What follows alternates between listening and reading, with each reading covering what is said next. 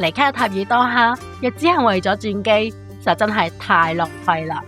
因為喺個城市裏邊，你可以近距離接觸一種極其尊貴、極具象徵意義嘅動物。佢唔係駱駝，而係佢獵鷹，就係佢啦。今集我會帶大家去認識下卡塔爾嘅獵鷹文化。咁樣喺多哈邊度可以見到獵鷹啊？就喺呢個最具代表性嘅傳統市集雅奇夫市集裏邊。喺個市集裏邊有一條非常特別嘅商店街，專門售賣獵鷹同埋佢相關產品。今日我就帶大家走進其中一間獵鷹店，一探究竟。一行入個店裏邊，你會發現呢度嘅獵鷹並冇關喺一個細小嘅籠裏邊，而係安靜咁樣站喺個木架上邊。遠看嘅時候，我仲以為佢哋係標本呢。行近啲先發現佢哋係會識喐噶。佢哋嘅頭戴住精緻嘅皮帽，神情冷酷同埋沉穩，底氣場十足，眼睛銳利。獵鷹係卡塔爾嘅國鳥，喺古代係依靠獵鷹喺沙漠裏邊捕獵候鳥而解決溫飽。呢項技能已經有數千年嘅歷史。隨住時代嘅演變，獵鷹已經由生存工具升華為卡塔爾貴族同上層社會嘅身份象徵。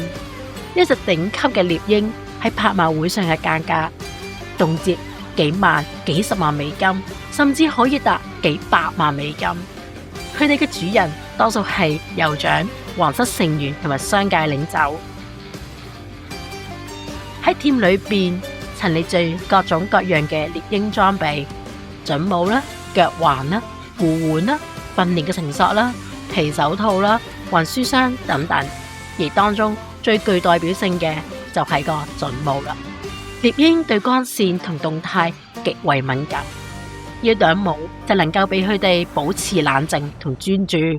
每一頂準帽都係由工匠手工製成，通常會根據每隻獵鷹嘅頭型度身訂造。如果有啲唔啱，就會令到隻獵鷹唔舒服，甚至受傷。喺間店裏邊，遊客可以喺店主指導之下，俾隻獵鷹停喺手臂上邊影相。大家睇下我手臂上邊一隻白色嘅獵鷹，就係呢度嘅鎮店之寶。下次大家嚟多哈都可以親身試一試。喺獵鷹市集裏邊，仲有一間專屬嘅獵鷹醫院，配備咗孵化器啦、手術室啦、恆溫系統同埋羽毛護理設備，可以幫獵鷹量度體重啦、做手術啦、復健啦，甚至可以做足部護理。聽講每日朝早7點鐘，就好多主人帶有生病嘅獵鷹嚟呢度睇醫生，而呢間醫院都會提供留院過夜嘅服務。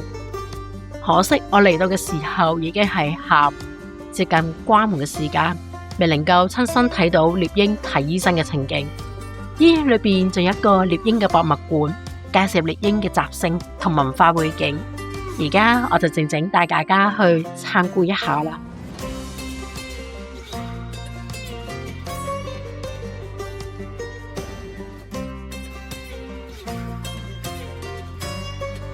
總括嚟講，獵鷹係中東極具重要嘅一部分文化。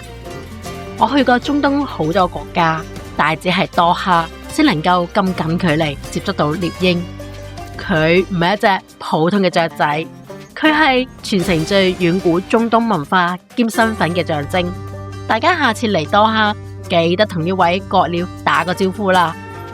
多謝各位觀看，希望大家鍾意啦，拜拜。